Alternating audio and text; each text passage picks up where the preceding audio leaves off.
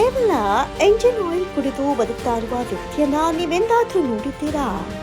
ಅಂಥವರು ಕೂಡ ನಮ್ಮ ಕಣ್ಣ ಮುಂದೆಯೇ ಇದ್ದಾರೆ. ಕೊಳ್ಳೇಗಾಲದಲ್ಲಿ ಕುಮಾರ್ ಎಂಬುವವರು ಕೇವಲ ಎಂಜಿನ್ ಆಯಿಲ್ ಕುಡಿದು ಕಳೆದ 29 ವರ್ಷಗಳಿಂದ ಬದುಕ್ತಾ ಇದ್ದಾರೆ. ಬೈಕ್ ಕಾರಿಗೆ ಬಳಕೆಯಾದ ಎಂಜಿನ್ ಆಯಿಲ್ ಈತನ ದಿನನಿತ್ಯದ ಊಟದ ಉಪಹಾರವಾಗ್ಬಿಟ್ಟಿದೆ. ವಿಜ್ಞಾನಕ್ಕೆ ಸವಾಲು ಅಂತಲೇ ಹೇಳಬಹುದಾದ ಮೈಸೂರು ಮೂಲದ ಕುಮಾರ್ ಮೈಸೂರಿನ ಚಾಮುಂಡಿ ಬೆಟ್ಟದ ತಪ್ಪಲಿನಲ್ಲಿ ವಾಸವಾಗಿದ್ದಾರೆ. ಇನ್ನು ಕುಮಾರ್ ಮಾಲೆ ಧಾರಣೆ ಮಾಡಿ ಕೊಳ್ಳೇಗಾಲದಿಂದ ಶಬರಿಮಲೆಗೆ ಪಾದಯಾತ್ರೆಯನ್ನು ಕೈಗೊಂಡಿದ್ದಾರೆ. ಕುಮಾರ್ ಹಣವಿಲ್ಲದ ಕಾರಣ ನಡೆದುಕೊಂಡೇ ಶಬರಿಮಲೆಗೆ ತೆರಳುತ್ತಾ ಇದ್ದು, ಕೊಳ್ಳೇಗಾಲದ ಜನ ಎಂಜಿನ್ ಆಯಿಲ್ ಕುಡಿದಿದ್ದು ನೋಡಿ ನಿಬ್ಬೆರಗಾಗಿದ್ದಾರೆ.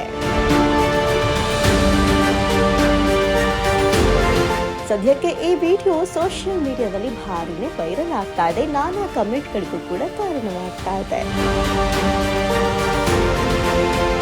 ಇದೇ ರೀತಿ ನಿರಂತರ ಸುದ್ದಿ ಹಾಗೂ ಮನರಂಜನೆಗಾಗಿ ನೋಡ್ತಾ ಇರಿ ಆರ್ಕೆ ಟಾಕ್ಸ್ ಡಿಜಿಟಲ್ ನ್ಯೂಸ್.